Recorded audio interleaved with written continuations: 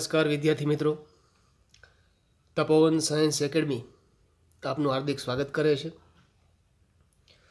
હું સતીશ ચોજિત્રા લઈને આવું છું આપના માટે રસાયણ વિજ્ઞાનનું ચેપ્ટર 7 પી વિભાગના તત્વો. મિત્રો, છેલ્લા લેક્ચરની અંદર આપણે પી વિભાગ વિશે કેટલીક માહિતી મેળવી હતી, જેમાં સમૂહ નંબર 13 થી 18નો સમાવેશ થાય. છેલ્લો ઇલેક્ટ્રોન પી કક્ષકમાં દાખલ થતો હોય એવા દરેક તત્વને પી વિભાગની અંદર સમાવેશ કરવામાં આવે છે. મિત્રો, આપણે સમૂહ નંબર 15ના કેટલાક સભ્યોના પ્રાપ્તિ સ્થાન અને એના કેટલાક ગુણધર્મો, ઉત્કલન બિંદુ, ગલન બિંદુ, આયનીય ત્રિજ્યા, સહસંયોજક ત્રિજ્યા, પરમાણવીય કદ, આયનીકરણ એન્થાલ્પી, વિદ્યુત ઋણતા વગેરે જેવા ગુણધર્મો વિશે માહિતી મેળવી. એના આધારે તમને જાણ કરવામાં આવી એ પ્રમાણે MCQની અંદર પણ પૂછી શકાય. હવે મિત્રો, આગળનો પ્રશ્ન પણ ખાસ અગત્યનો છે અને આગળનો પ્રશ્ન જે છે એ રાસાયણિક પ્રક્રિયા કરીને જે સંયોજન બને છે કઈ રીતે મેળવી શકાય એના માટે મુખ્ય વસ્તુ હોય ઓક્સિડેશન અવસ્થા. તો મિત્રો, આગળનો પ્રશ્ન ઓક્સિડેશન અવસ્થા માટે અગત્યનો છે. ક્વેશ્ચન નંબર 4 વાત કરીએ. સમૂહ 15ના તત્વોની ઓક્સિડેશન અવસ્થાઓ અને રાસાયણિક પ્રતિક્રિયાત્મકતાના વલણો દર્શાવો. હવે સમૂહ નંબર 15ના સભ્યોની વાત કરીએ તો સામાન્ય ઇલેક્ટ્રોન રચના આપણને ખ્યાલ છે, NH2 NP3 પ્રકારની સામાન્ય ઇલેક્ટ્રોન રચના દર્શાવે છે. પરિણામે એસની અંદર 2 ઇલેક્ટ્રોન હશે, જ્યારે પી કક્ષકમાં 3 ઇલેક્ટ્રોન ગોઠવાયેલા હોય છે. આના ઉપરથી આપણને એટલી વસ્તુનો ખ્યાલ આવશે કે પી કક્ષક પાસે 3 જગ્યા ખાલી છે ઇલેક્ટ્રોનની. તો એ 3 ઇલેક્ટ્રોન મેળવે તો એક ઓક્સિડેશન અવસ્થા પ્રાપ્ત કરી શકે -3. બીજી શક્યતાની વાત કરીએ તો પી કક્ષકની અંદર રહેલા 3 ઇલેક્ટ્રોન એ ગુમાવે તો ઓક્સિડેશન અવસ્થા પ્રાપ્ત કરી શકે +3. અને ત્રીજી શક્યતા કે એસના 2 ઇલેક્ટ્રોન અને પીના પણ 3 ઇલેક્ટ્રોન, એમ ટોટલ 5 ઇલેક્ટ્રોન એ જો ગુમાવતું હોય તો ઓક્સિડેશન અવસ્થા પ્રાપ્ત કરી શકે +5. આમ મિત્રો, સમૂહ નંબર 15ના તત્વો જે છે એની સામાન્ય ઓક્સિડેશન અવસ્થા -3, +3 અથવા +5 હોઈ શકે. ફરીથી કહું છું, 3 જગ્યા ખાલી છે તો 3 ઇલેક્ટ્રોન સ્વીકારે તો -3, 3 ગુમાવે તો +3 અને 3 ને 2 5 બધા જ ગુમાવી દે તો ઓક્સિડેશન અવસ્થા કઈ પ્રાપ્ત કરી શકે છે +5. આમ ખરેખર સમૂહ નંબર 15ના તત્વોની ઓક્સિડેશન અવસ્થા -3 થી +5 સુધીની છે એવું કહી શકાય.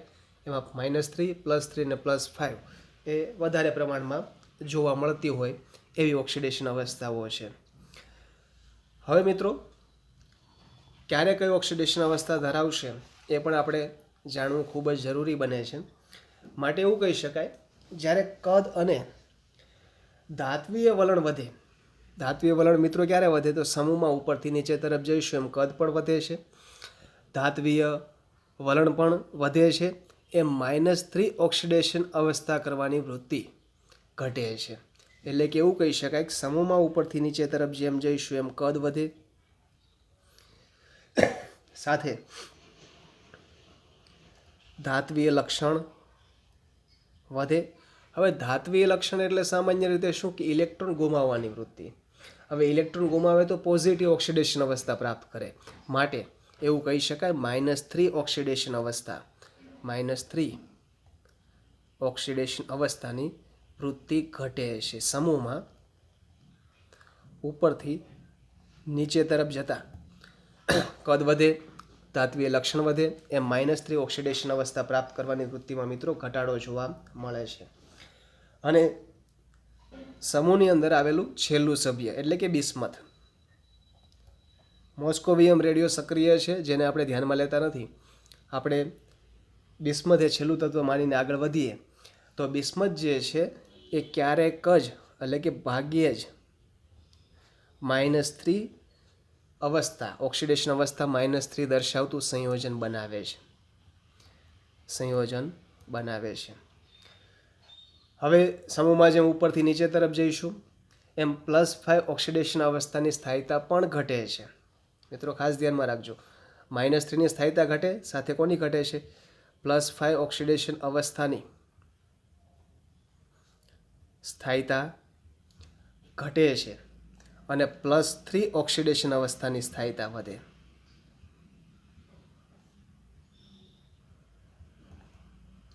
એટલે કે સમૂહમાં ઉપરથી જેમ નીચે તરફ જઈશું -3 ઓક્સિડેશન અવસ્થાની વૃત્તિ ઘટે, +5 ઓક્સિડેશન અવસ્થાની વૃત્તિ ઘટે, પરંતુ +3 ઓક્સિડેશન અવસ્થાની વૃત્તિમાં શું જોવા મળે છે? વધારો જોવા મળે છે.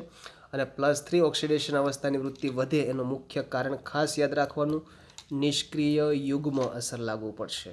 શું લાગુ પડે? નિષ્ક્રિય યુગ્મ અસર. હવે નિષ્ક્રિય યુગ્મ અસર એ શું છે? તો હમણાં જ આપણે વાત કરી NH2 અને NP3 આ પ્રકારની ઇલેક્ટ્રોન રચના ગોઠવાયેલી છે. આ અંદરની કક્ષક કેવા છે? આ એના બહારની કક્ષક છે. આ યુગ્મ નિષ્ક્રિય બને છે. યુગ્મ એટલે જોડકું, 2 ઇલેક્ટ્રોનનું જોડકું છે, નિષ્ક્રિય બને. નિષ્ક્રિય બને માટે આ સરળતાથી ઇલેક્ટ્રોનને રિમૂવ કરી શકાતા નથી. એટલે માત્ર 3 ઇલેક્ટ્રોનને રિમૂવ કરી શકાય. 3 ઇલેક્ટ્રોનને રિમૂવ કરી શકાય તો ઓક્સિડેશન અવસ્થા કઈ આવી છે? +3. આમ સમૂહનું છેલ્લું તત્વ એની સ્ટેબલ ઓક્સિડેશન અવસ્થા જો પૂછવામાં આવે તો ખાસ ધ્યાનમાં રાખવાનું +3 છે. રીઝન નિષ્ક્રિય યુગ્મ અસર. બરાબર છે. અને બિસ્મથ એક જ +5 ઓક્સિડેશન અવસ્થા દર્શાવતું સંયોજન બનાવે છે, BiF5. આમાં બિસ્મથની ઓક્સિડેશન અવસ્થા કેટલી જોવા મળે છે મિત્રો? 5 જોવા મળે છે. કેટલી જોવા મળશે? 5. આ ખાસ ધ્યાનમાં રાખવાનું MCQ માટે. મિત્રો ફરીથી કહું છું, સમૂહમાં ઉપરથી નીચે તરફ જેમ જઈશું -3 ઓક્સિડેશન અવસ્થાની સ્થાયીતા ઘટે, +5 ઓક્સિડેશન અવસ્થાની સ્થાયીતા ઘટે, +3 ઓક્સિડેશન અવસ્થાની સ્થાયીતા વધે. એનું કારણ છે નિષ્ક્રિય યુગ્મ અસર. બિસ્મથ જે છે એક જ +5 ઓક્સિડેશન અવસ્થાવાળું સંયોજન દર્શાવે છે, એ છે BiF5. હવે નાઇટ્રોજનની વાત કરીએ. નાઇટ્રોજન જે છે એ જ્યારે ઓક્સિજન સાથે પ્રક્રિયા કરે ત્યારે નાઇટ્રોજન એ +1, +3, +4 અને +5 એમાં બધી જ ઓક્સિડેશન અવસ્થાઓ દર્શાવે છે. નાઇટ્રોજન ઓક્સિજન સાથેની પ્રક્રિયામાં +1, +3, +5 અને +4 બધી જ ઓક્સિડેશન અવસ્થાઓ દર્શાવે છે. નાઇટ્રોજન તત્વ હેલોજન સાથે, MCQ માટે ખાસ ધ્યાન રાખવાનું, નાઇટ્રોજન એ હેલોજન સાથે +5 ઓક્સિડેશન અવસ્થા દર્શાવતું નથી. કોઈ પણ સંયોજન નાઇટ્રોજનનું હેલોજન સાથેની +5 ઓક્સિડેશન અવસ્થાવાળું આપતું નથી. હવે અહીંયા પણ +5 સુધીની ઓક્સિડેશન અવસ્થા દર્શાવે છે. એનું મુખ્ય કારણ એવું પણ કહી શકાય કે ઓક્સિજન જે છે એક તો એની નાઇટ્રોજન કરતાં વિદ્યુત ઋણતા વધારે છે, એનું કદ પણ નાનું છે. પરિણામે મેક્સિમમ ઇલેક્ટ્રોન જે છે એને રિમૂવ કરવાની ક્ષમતા દર્શાવવા માટે +1 થી લઈને +5 સુધીની ઓક્સિડેશન અવસ્થા એ દર્શાવી શકે છે. હવે નાઇટ્રોજન હેલોજન સાથે +5 ઓક્સિડેશન અવસ્થા દર્શાવતું નથી.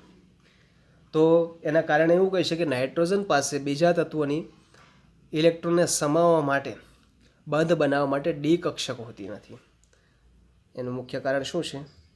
ડી કક્ષક ગેરહાજર છે. નાઇટ્રોજન પ્રથમ આવર્તનું સભ્ય, સેકન્ડ આવર્તનું સભ્ય છે અને સેકન્ડ આવર્તમાં ડી કક્ષક હાજર હોતી નથી. માટે મોટાભાગના +5 ઓક્સિડેશન અવસ્થાવાળા એ સંયોજન આપી શકતું નથી. હવે નાઇટ્રોજન પછી કેટલાક ઓક્સો એસિડ સંયોજનમાં ફોસ્ફરસની વાત કરીએ. તો ફોસ્ફરસ ઓક્સો એસિડ સંયોજન હોય, ઓક્સો એસિડ સંયોજન તેમાં +1 થી +4 સુધીની ઓક્સિડેશન અવસ્થાને દર્શાવે છે. નાઇટ્રોજન +1 થી +4 સુધીની બધી જ ઓક્સિડેશન અવસ્થાની વૃત્તિ એસિડિક દ્રાવણમાં વિષમ પ્રમાણમાં હોય છે. હવે વિષમ પ્રમાણે શું? નાઇટ્રોજનની વાત કરીએ. વિષમ પ્રમાણમાં જોવા મળે ધારો કે લઈએ HNO2 gives HNO3 plus H2O plus 2NO. વિષમીકરણની પ્રક્રિયા એટલે કે ઓક્સિડેશન અવસ્થામાં ફેરફાર. અહીંયા નાઇટ્રોજનની ઓક્સિડેશન અવસ્થા મિત્રો કેટલી છે? તો ઓક્સિજનની -2 હોય એવા કેટલા છે? 2, તો -4, તો આની હશે +3. એટલે કે અહીંયા નાઇટ્રોજનની +3 જોવા મળે. +3 માંથી નાઇટ્રોજન જશે +5 ઓક્સિડેશન સ્ટેટ પર, અને અહીંયા નાઇટ્રોજન જોવા મળે છે +2 ઓક્સિડેશન સ્ટેટ ઉપર. આમ 3 માંથી ઓક્સિડેશન અંકમાં વધારો પ્રક્રિયા ઓક્સિડેશન, +3 માંથી ઓક્સિડેશન અંકમાં ઘટાડો પ્રક્રિયા રિડક્શન. આમ ઓક્સિડેશન રિડક્શન બંને પ્રક્રિયા થતી હોય એને વિષમીકરણની પ્રક્રિયા તરીકે ઓળખવામાં આવે છે. મોટાભાગે +1 થી +4 સુધીની ઓક્સિડેશન અવસ્થા એમાં નાઇટ્રોજનનું એસિડિક દ્રાવણ હોય એમાં વિષમીકરણની પ્રક્રિયાના કારણે આ મિત્રો આપણે જોઈ શકીએ છીએ. અને ફોસ્ફરસ જે છે એની બધી જ ઓક્સિડેશન અવસ્થાઓ બેઝ અને એસિડિક બંનેમાં +3 અને +5 અને -3 ઓક્સિડેશન અવસ્થામાં વિષમ પ્રમાણમાં જોઈ શકાય. ફોસ્ફરસ માટેની ઓક્સિડેશન અવસ્થા એસિડ હોય કે બેઝ કેટલી જોવા મળશે? +5 થી -3 સુધી જોઈ શકાય છે. એ ઉપરાંત આર્સેનિક, એન્ટીમની અને બિસ્મથ એના કિસ્સાની અંદર +3 ઓક્સિડેશન અવસ્થા વિષમ પ્રમાણમાં સાપેક્ષતા ખૂબ જ વધારે હોય છે. એટલે કે મોટા ભાગે આર્સેનિક, એન્ટીમની અને બિસ્મથની ઓક્સિડેશન અવસ્થા મિત્રો કેટલી જોઈ શકાય છે? +3 જોઈ શકાય. હવે નાઇટ્રોજનને માત્ર 4 જ કક્ષક છે અને માટે મહત્તમ સંયોજકતા મિત્રો એ કેટલી દર્શાવે છે? 4. એ આપણે આ પરથી સમજી શકાય કે નાઇટ્રોજન તો ઇલેક્ટ્રોન રચના એની છે 2s2 2p3, S કક્ષકમાં 2 ઇલેક્ટ્રોન, Pમાં 3 ઇલેક્ટ્રોન. તો 3 ઇલેક્ટ્રોન મિત્રો એ સ્વીકારી શકે અને 2 ઇલેક્ટ્રોન ડોનેટ કરી શકે. એટલે કે 3 સહસંયોજક બંધ બનાવે અને 1 સવર્ગ સહસંયોજક બંધ બનાવે. ટોટલ બંધ કેટલા બનાવે છે? 4. તો મહત્તમ બંધન ક્ષમતા નાઇટ્રોજનની કેટલી કહી શકાય છે? 4 છે, જેમાં સહસંયોજક બંધ એટલે કે ભાગીદારીના બંધ 3 બનાવી શકે અને સવર્ગ સહસંયોજક બંધ મિત્રો કેટલા દર્શાવી શકે છે? 1 દર્શાવી શકે છે. ખાસ ધ્યાનમાં રાખવાનું, 3 ઇલેક્ટ્રોન સ્વીકારે તો આ ઇલેક્ટ્રોન સાથે ભાગીદારી થવાની, ભાગીદારી થાય તો સહસંયોજક બંધ, અને આ લોન પેર ઇલેક્ટ્રોનને ડોનેટ કરે, ઇલેક્ટ્રોન યુગ્મને ડોનેટ કરે છે તો શું બનાવે? સવર્ગ સહસંયોજક બંધ. આમ મિત્રો નાઇટ્રોજનની મહત્તમ બંધન ક્ષમતા 4 છે. જ્યારે ભારે તત્વો જેટલા પણ રહેલા છે, ભારે તત્વો એટલે કે જેના આણ્વીય દળ વધારે છે એવા, જેની પાસે ડી કક્ષક હાજર હોય છે, માટે ડી કક્ષક હાજર હોવાને કારણે એ 6 સુધીની બંધન ક્ષમતા દર્શાવી શકે છે. જ્યારે અન્ય એની મહત્તમ બંધન ક્ષમતા મિત્રો 6 છે. કેટલી કહી શકાય છે? 6 છે. અને એ જ રીતે એક ઉદાહરણ છે જેમ કે PF6- આ પ્રકારનું સંયોજન પણ એ બનાવી શકે છે. ફોસ્ફરસ જે છે એની પાસે ડી કક્ષક હાજર છે, 3D કક્ષક જે ખાલી છે, ખાલી કક્ષક હોય તો ઇલેક્ટ્રોન યુગ્મ સ્વીકારી શકે. ઉદાહરણ લઈએ સમજવા માટે. ફોસ્ફરસ ઇલેક્ટ્રોન રચના 3s2 3p3 અને 3d0. આ કક્ષક 3d ત્યાં હાજર છે પરંતુ કેવી છે મિત્રો? ખાલી. તો આ 3 ઇલેક્ટ્રોન જે છે એ સહસંયોજક બંધ બનાવે, આ ડોનેટ કરી શકે અને અહીંયા શું કરી શકે છે? વધારાના ઇલેક્ટ્રોન યુગ્મને સ્વીકારી શકે છે. આમ મિત્રો મહત્તમ બંધન ક્ષમતા ફોસ્ફરસની કેટલી કહી શકાય છે? 6 કહી શકાય છે. કારણ કે 6 ખરેખર તો અહીંયા 5 હોય એટલે 5 ને 3 8 ને 2 આ એક ઇલેક્ટ્રોન 9 કહી શકાય. પરંતુ હકીકત એવી છે કે 6 કરતાં વધારે બંધન હોય, બોન્ડિંગ વધારે હોય એ કમ્પાઉન્ડ અનસ્ટેબલ બને, અસ્થાયી બને છે. માટે મેક્સિમમ બંધન ક્ષમતા ફોસ્ફરસની કેટલી કહી શકાય છે? 6 કહી શકાય. આમ દરેક ભારે તત્વની મહત્તમ બંધન ક્ષમતા 6 છે. કન્સેપ્ટ વાઇઝ એટલી વસ્તુ ખાસ ધ્યાનમાં રાખવાની. નોંધ, આ સમૂહના તત્વો છે નાઇટ્રોજન, ફોસ્ફરસ, આર્સેનિક, એન્ટીમની અને બિસ્મથ. તો સામાન્ય ઇલેક્ટ્રોન રચના આપણને ખ્યાલ છે NH2 NP3. આના ઉપરથી 3 ઇલેક્ટ્રોન મેળવે તો ઓક્સિડેશન અવસ્થા આવે -3, 3 ગુમાવે તો +3 અને 5 ગુમાવે તો +5. મોટાભાગે ઓક્સિડેશન અવસ્થા -3 +3 +5 જોવા મળે. સમૂહમાં જેમ ઉપરથી નીચે તરફ આવશું કદ વધે છે એ -3 ઓક્સિડેશન અવસ્થા અને +5 ઓક્સિડેશન અવસ્થાની સ્થાયીતા ઘટે અને +3 ઓક્સિડેશન અવસ્થાની સ્થાયીતા વધે. આનું કારણ છે નિષ્ક્રિય યુગ્મ અસર. માટે બિસ્મથની સ્ટેબલ ઓક્સિડેશન અવસ્થા +3 કહેવાય. મિત્રો આ ખાસ ધ્યાન રાખવાનું, કારણ કે આના ઉપરથી ઘણીવાર ક્રમ પૂછાય. ક્રમ કઈ રીતે પૂછી શકાય?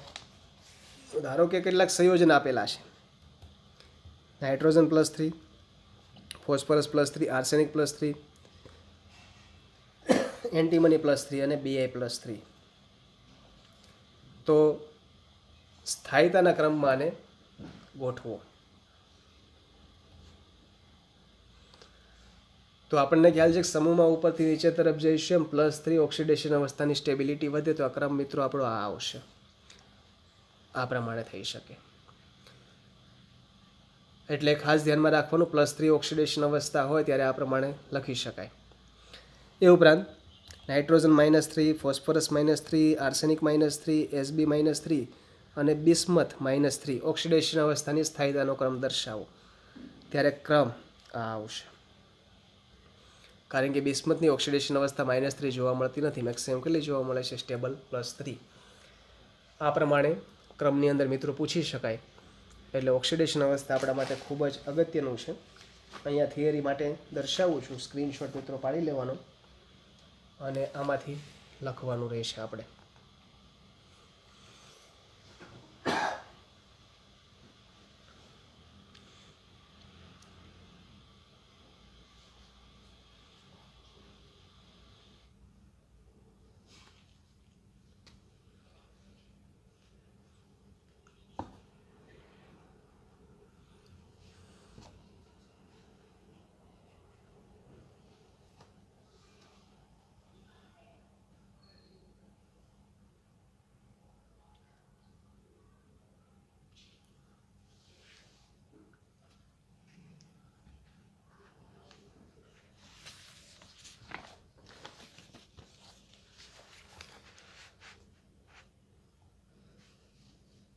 મિત્રો જ્યારે આ પ્રકારનો પ્રશ્ન આપણે જોતા હોઈએ ત્યારે મટીરિયલની અંદર હાલ તો તમને પી વિભાગના તત્વોનું મટીરિયલ આપેલું નહીં હોય, પણ છતાં આપણી પાસે કોઈ એક્સ્ટ્રા મટીરિયલ પડેલું હોય, નવનીત યોગી કે અન્ય કોઈ, તો એમાં MCQ પ્રકારના પ્રશ્ન ઇલેક્ટ્રોન રચનાના આધારે દર્શાવેલા હશે. તો આ ટોપિક વ્યવસ્થિત ક્લિયર કરીને એ પ્રશ્નોને આપણે સોલ્વ કરવાના અને તો જ આપણે વધારે પ્રેક્ટિસ થશે. અને ફરીથી કહું છું, આ ચેપ્ટર JEE અને નીટ માટે પણ ખૂબ જ અગત્યનું છે. પી બ્લોકની અંદરથી 3 થી 4 પ્રશ્નો પૂછાય છે, એટલે ખાસ આપણા માટે આ ચેપ્ટર ખૂબ જ અગત્યનું છે, એટલે ખાસ ધ્યાનમાં રાખવાનું છે.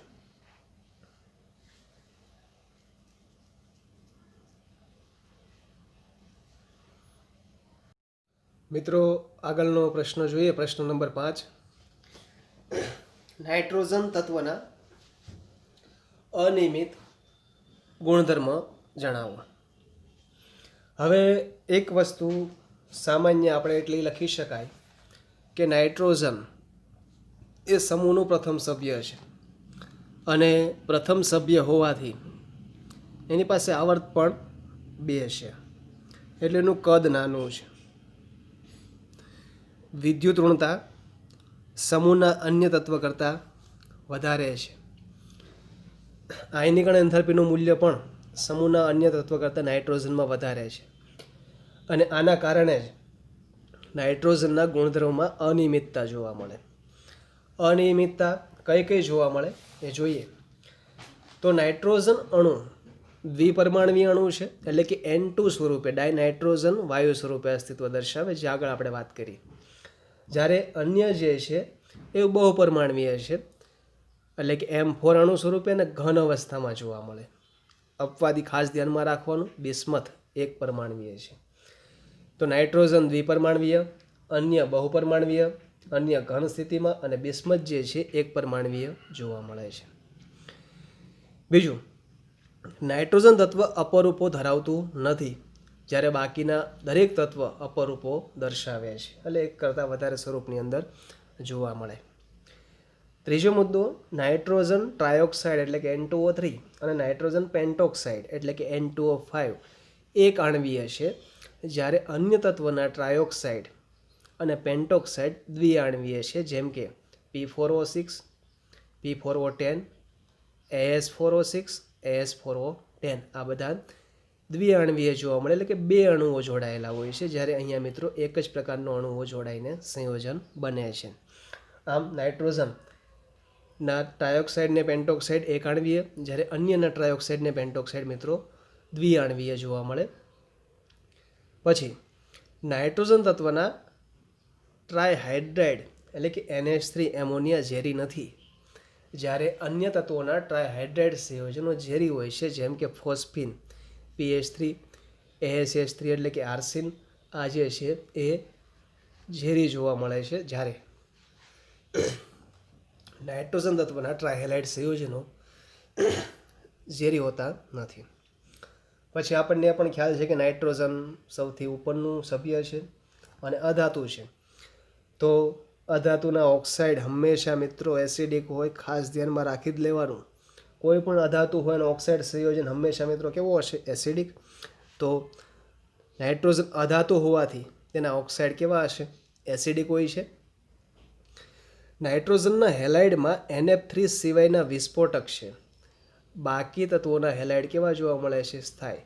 નાઇટ્રોજનના જેટલા પણ હેલાઇડ સંયોજન છે એમાં NF3 સિવાયના બધા જ વિસ્ફોટક છે, અને બાકીના હેલાઇડ સંયોજનો કેવા જોવા મળશે મિત્રો? એના સ્ટેબલ જોવા મળે. હવે કારણ શું?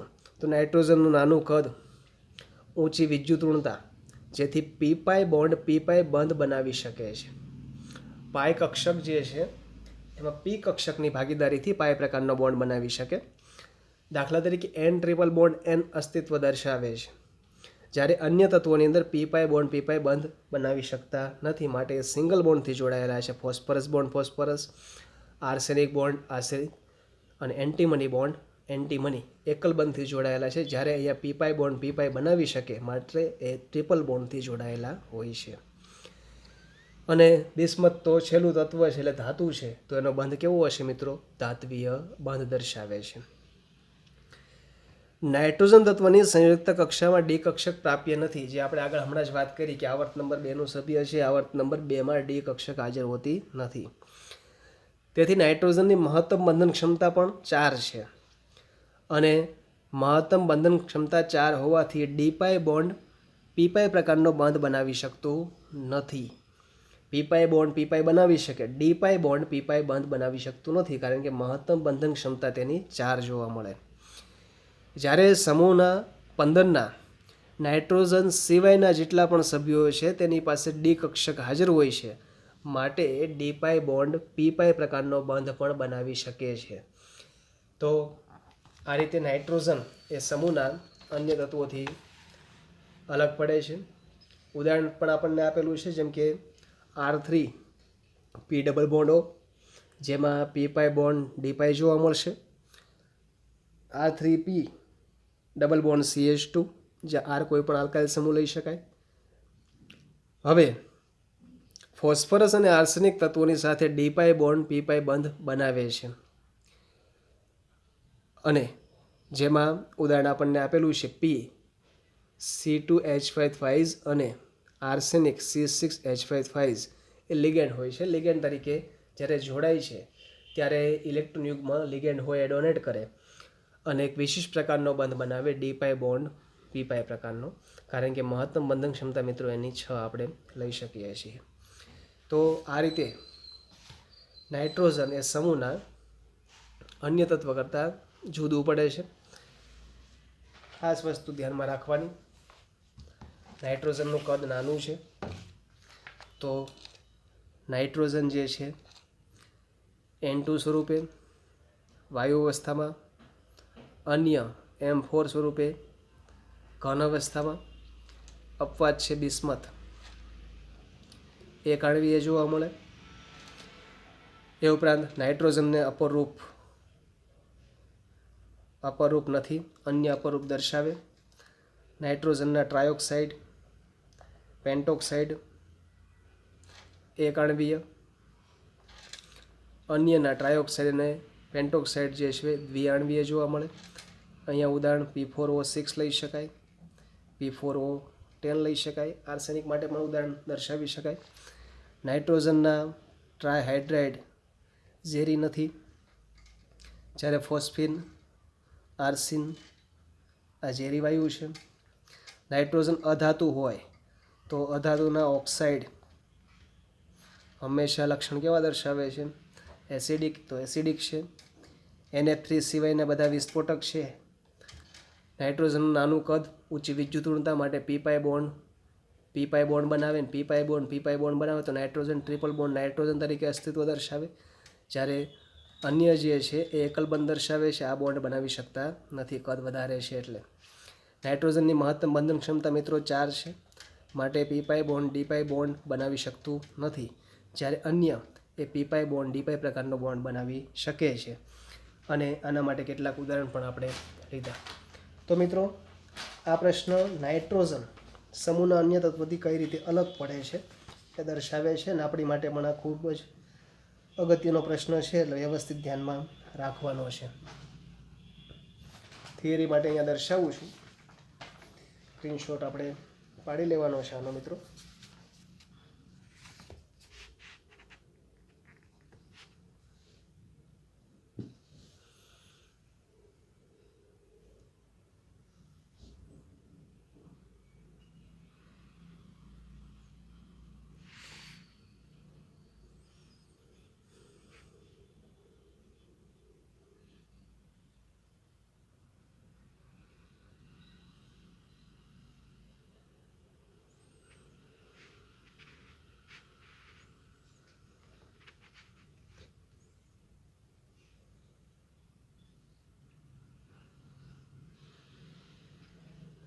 મિત્રો આજના લેક્ચરના 2 પ્રશ્નો થયા.